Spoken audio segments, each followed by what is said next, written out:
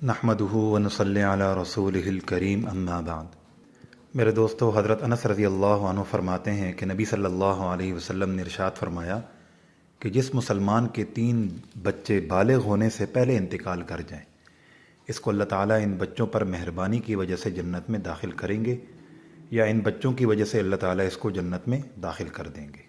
تو میرے دوستو، ایک اور روایت کے اندر آتا ہے کہ نبی صلی اللہ علیہ وسلم نے ارشاد فرمایا کہ جس مسلمان کے 3 بچے انتقال کر جائیں، 3 نابالغ بچے انتقال کر جائیں، اس کو جہنم نہیں چھوئے گی مگر قسم پورے ہونے کی حد تک۔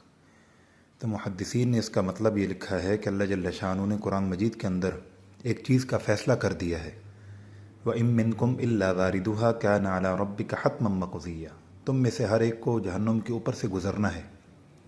کوئی آدمی ایسا نہیں جو جہنم پر سے نہ گزرے۔ جہنم کے اوپر باقاعدہ ایک پل ڈالا جائے گا جو بال سے زیادہ باریک اور تلوار سے زیادہ تیز ہوگا، اور لوگوں کو اس کے اوپر سے گزرنے کو کہا جائے گا۔ جیسے جیسے اعمال ہوں گے اس کے مطابق لوگ گزریں گے۔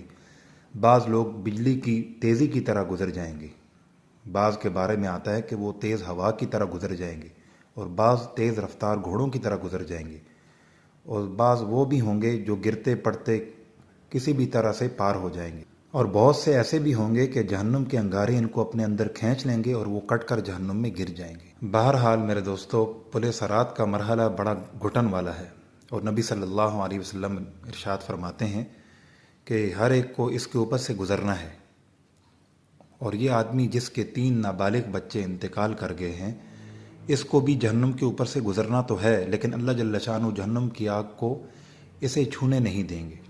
ان بچوں کی وجہ سے اللہ تعالیٰ اس کو جہنم سے بچا لیں گے۔ اسی طرح ایک روایت میں آتا ہے کہ ایک عورت نبی صلی اللہ علیہ وسلم کی خدمت میں آئی اور عرض کیا، اے اللہ کے رسول، آپ کی باتیں تو مرد ہی اڑا لے جاتے ہیں، یعنی آپ کے ارشادات سے مرد ہی فائدہ اٹھاتے ہیں، اور انہیں سننے کے لیے ہمیں موقع ملتا ہی نہیں۔ ہمیں تو پردے کی وجہ سے آپ کی مجلس میں حاضر ہونے اور آپ کے ارشادات سننے کا موقع ہی نہیں ملتا، اس لیے آپ ایک دن ہمارے لیے بھی مقرر فرما دیں، ہم اس دن آپ کی خدمت میں حاضر ہوں اور آپ ہمیں وہ باتیں سکھائیں جو اللہ تعالیٰ نے آپ پر اتاری ہیں۔ اس سے معلوم ہوا میرے دوستوں کہ عورتوں کی تعلیم کے لیے بھی الگ سے کوئی وقت مقرر کیا جا سکتا ہے۔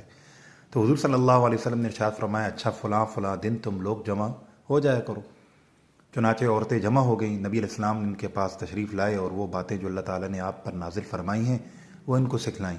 پھر حضور صلی اللہ علیہ وسلم نے ارشاد فرمایا، تم میں سے جس عورت نے 3 بچوں کو آگے بھیج دیا، یعنی جس کے 3 نابالغ بچے انتقال کر گئے، وہ اس کے لیے جہنم سے آڑ بن جائیں گے۔ اور ایک عورت نے عرض کیا، اللہ کے رسول اگر 2 ہوں؟ تو حضور صلی اللہ علیہ وسلم نے ارشاد فرمایا، اگر 2 ہوں تب بھی۔ اور ایک روایت میں حضرت عائشہ رضی اللہ عنہا نے پوچھا، اے اللہ کے رسول اگر 1 ہو تو؟ نبی علیہ الصلوۃ والسلام نے فرمایا، اگر 1 ہو تب بھی، یہی فضیلت ہے۔ پھر حضور صلی اللہ علیہ وسلم نے ارشاد فرمایا، اگر ادھورا بچہ بھی ساقط ہو جائے تو وہ بھی اپنے ماں باپ کو کھینچ کر جنت میں لے جائے گا۔ بہرحال یہ بڑے ثواب کی چیز ہے۔ تو میرے دوستو، جن لوگوں کے بچوں کا بچپن ہی میں انتقال ہو جاتا ہے، ان کے لیے بڑی بشارت ہے۔ حضرت عائشہ رضی اللہ عنہا نے تو یہاں تک پوچھا، اللہ کے رسول جس کا کوئی بچہ فوت نہ ہوا ہو تو اس کے لیے کیا ہوگا؟ تو نبی صلی اللہ علیہ وسلم نے ارشاد فرمایا، میری موت بھی امت کے لیے بہت بڑا سانحہ ہے۔ جو آدمی میری جدائی پر صبر کرے گا، اللہ تعالیٰ اسے بھی جنت میں داخل فرما دیں گے اور جہنم سے بچا لیں گے۔ ویسے اہل ایمان کے دلوں میں نبی صلی اللہ علیہ وسلم کی محبت اور آپ کے ساتھ عشق ہے۔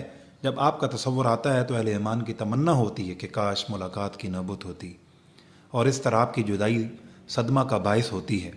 اس پر صبر کرنے پر بھی نبی صلی اللہ علیہ وسلم نے یہ بشارت سنائی ہے۔